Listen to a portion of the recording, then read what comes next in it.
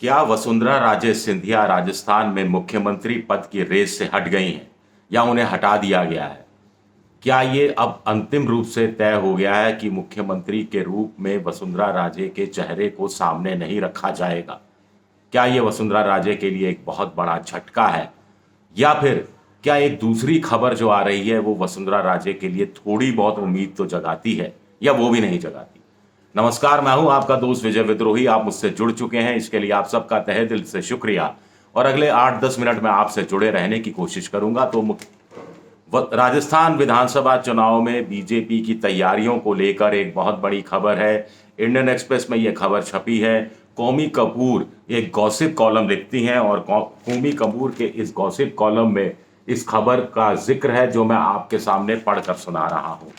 ये खबर ये कहती है कि हाल ही में, यानी कुछ दिन पहले ही, वसुंधरा राजे का मिलना हुआ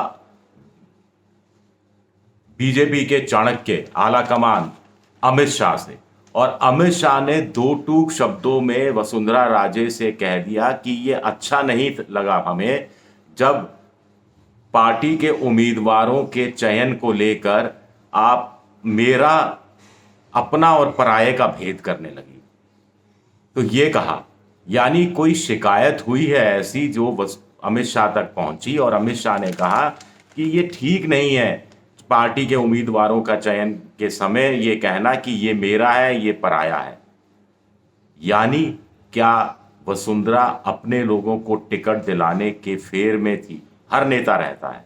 तो क्या इसे आला कमान ने ठीक नहीं माना है, बुरा माना है, और क्या इसे रिजेक्ट कर दिया है? एक सेंटेंस में इसका मतलब निकलता है। अंग्रेजी में भी मैं बता दूं आपको कि it was a mistake for Raje to think in terms of her people and other party persons while deciding assembly candidates. आगे और जो अमित शाह ने कहा इस अखबार के अनुसार वसुंधरा राजे से, वो तो वसुंधरा राजे के समर्थकों को और ज्यादा हैरान और परेशान कर देगा।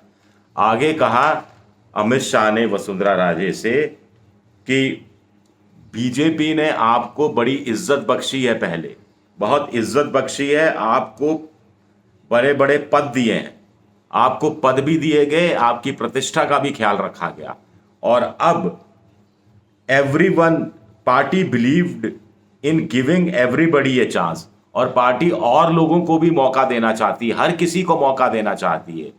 यानी आपको जितनी प्रतिष्ठा मिलनी थी मिल चुकी, जितने पद मिलने थे मिल चुके, जितना सम्मान होना था हो चुका।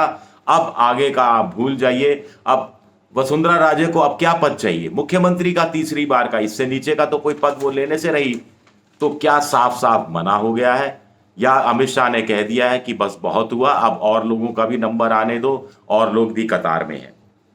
आगे उन्होंने कहा कि आगे कुछ बात चली, ये स्पष्ट नहीं है कि क्या बात चली, किसकी जरिए बात चली, लेकिन राज्य के इलेक्शंस में, विधानसभा चुनाव, विधानसभा में जीत की संभावनाओं पर, नीति रणनीति नारा बनाने की संभावनाओं पर जब विचार हुआ, तो अमित शाह ने वसुंधरा राजे से कह दिया कि आप चिंता मत कीजिए, राज्य विधानसभा चुनाव की तैयारी 2024 के लोकसभा चुनाव के संदर्भ में की जाएगी, के संयोजन में, के सहयोग से 2024 के लोकसभा चुनाव को ध्यान में रखकर विधानसभा चुनाव 2023 की तैयारियां की जाएंगी, और ये जो चीजें हैं धीरे धीरे करके सामने साफ आएंगी।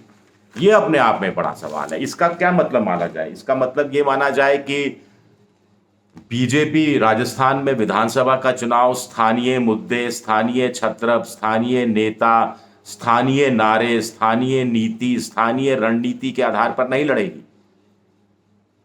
मतलब तो यही निकलता है। जब अमित शाह कह रहे हैं इस अखबार के अनुसार वसुंधरा राजे से कि आप चिंता मत कीजिए, राजस्थान विधानसभा का 2023 का चुनाव 2024 के लोकसभा चुनाव के संयोजन में, के कंजक्शन में लड़ा जाएगा, तो इसका मतलब तो यही निकलता है। तो इसका मतलब यह हुआ कि प्रधानमंत्री नरेंद्र मोदी का चेहरा होगा, प्रधानमंत्री की नीतियां होंगी, प्रधानमंत्री के लाभार्थी होंगे, प्रधानमंत्री का विश्व गुरु की भूमिका होगी, प्रधानमंत्री के विश्व के दौरे होंगे, और प्रधानमंत्री को एज एन ब्रांड की तरह प्रोजेक्ट किया जाएगा। तो ऐसे में तो वसुंधरा राजे के लिए बचा कुछ जगह भी खत्म हो जाती है।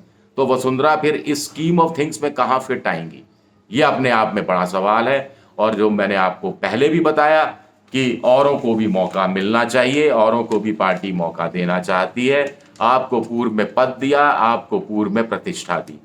लेकिन एक दूसरी खबर भी इसी अखबार में छपी है, यही कोमी कपूर ने छापी है कि हाल ही में अरुण कुमार जो आरएसएस संघ के जो ज्वाइंट जनरल सेक्रेटरी हैं, उनकी मुलाकात अमित शाह और जेपी नड्डा से हुई। ये जो अरुण कुमार हैं, ये संघ और बीजेपी के बीच में समन्वय का काम करते हैं। तो बीजेपी में जो संघ से गए हुए संगठन प्रभारी मंत्री बीएल संतोष भी मौजूद थे। यहां पर जो अरुण कुमार ने कहा वो वसुंधरा राजे को लिए थोड़ी सी राहत देता हुआ प्रतीत होता है।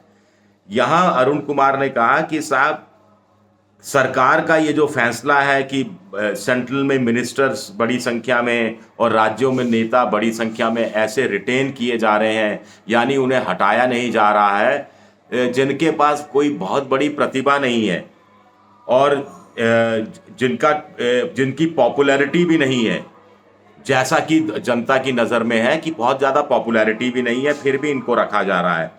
आगे उन्होंने कहा कि बीजेपी वही गलती कर रही है जो कांग्रेस गलती कर रही थी। और गलती क्या कर रही है? कांग्रेस ने जो गलती की थी कि जो स्थानीय छात्रों को इग्नोर किया था, जो करिश्माई चेहरे थे इनको राज्यों के अंदर उनको इग्नोर किया था, उनकी उपेक्षा की थी, उनकी प्रतिभा को इग्नोर किया था। और ये समझा गया कि कांग्रेस का आला कमान सिस्टम से ऊपर है। अब यही गलती बीजेपी कर रही है। बीजेपी का आला कमान अपने आप को सिस्टम से ऊपर बता रहा है। यानी राजस्थान के संदर्भ में बात करें तो वसुंधरा राजे जैसी करिश्माई नेता जो इतनी पॉपुलर है, जितनी टैलेंटेड है, इतना प्रतिभावान है, 2 बार मुख्यमंत्री रह चुकी हैं, इनकी उपेक्षा की जा रही है। ये ठीक बात नहीं है। हालांकि स्पेसिफिकली वसुंधरा को लेकर नहीं कहा गया, लेकिन मोटे तौर पर इसका राजनीतिक अर्थ यही निकलता है।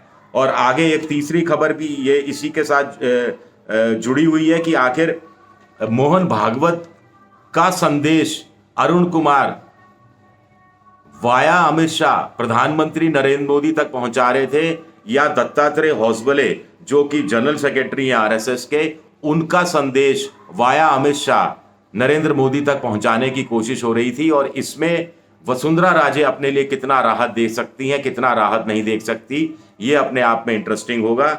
लेकिन एक तीसरी खबर आ रही है कि कोई परिवारवाद को बीजेपी बढ़ावा तो नहीं देगी, लेकिन इग्नोर भी नहीं करेगी। यानी एक व्यक्ति, एक परिवार, कोई खास हार्ड लाइन नहीं होगी। 75 साल की उम्र, कोई हार्ड लाइन नहीं होगी। मैं लोकसभा चुनाव के संदर्भ में बता रहा हूं, 160 सीटें वो जीतना चाहती है बीजेपी, जो बहुत कम जीती हैं या नहीं के बराबर जीती हैं या नहीं जीती है। तो उसके लिए बड़ा फ्लेक्सिबल बना दिया गया है, लचीला कर दिया गया है रुख, और जिताऊ होना चाहिए उम्मीदवार। सबसे बड़ी बात है, जिताऊ होना चाहिए। तो ऐसे में तो वसुंधरा इस खांचे में फिट बैठती है, जिताऊ है वो। अगर उम्र को छोड़ दिया जाए, बेटा भी राजनीति में है, परिवारवाद वाले के भी नारे वाले जो सिस्टम है या शर्त है उसको भी हटा दी जाए, और करिश्माई नेता है। लेकिन चलेगी किसकी? चलेगी तो चाणक्य की चलेगी। चाणक्य यानी आला कमान यानी अमित शाह और नरेंद्र मोदी। और चाणक्य ने तो कह ही दिया है वसुंधरा से एक तरह से ही करके कि आपको पूर्व में बहुत पद दिए, बहुत प्रतिष्ठा दी, बहुत सम्मान किया, अब लोगों का नंबर आने दो, दूसरे लोगों को भी सामने आने दो। और आप ये जो अपना पराये का खेल खेला जा रहा है कि ये मेरे उम्मीदवार हैं, ये दूसरों के उम्मीदवार हैं, ये हमें ठीक नहीं लगा। तो ये अपने आप में बहुत बड़ी खबर है। मेरा ये वीडियो पसंद आए तो लाइक कीजिएगा, सब्सक्राइब कीजिएगा, शेयर कीजिएगा, और ये घंटी जैसी आकृति बेल आइकन दबा दीजिएगा ताकि नया वीडियो आए तो आपको तत्काल जानकारी मिल जाए। बड़ी बात है कि ये खबर से अशोक गहलोत का खेमा जरूर खुश हो गया होगा, क्योंकि अगर ये खबर सही है तो वसुंधरा शांत नहीं रहेंगी तो अपने अपने लोगों को जिताने की कोशिश करेंगी, पार्टी को हराने की कोशिश करेंगी। ऐसी बातें मीडिया में कही जाएंगी अगले आने वाले कुछ दिनों में। पिछले बीत गए कुछ दिनों में भी यही बात कही जाती रही है, और इससे अंततः फायदा कांग्रेस को ही होगा। विद्रोही 7 मेरा ट्विटर हैंडल है, विजय विद्रोही 7 के नाम से मैं इंस्टाग्राम पर हूं, और फेसबुक पर मेरा पेज है विजय विद्रोही पेज। शुक्रिया, बहुत बहुत शुक्रिया।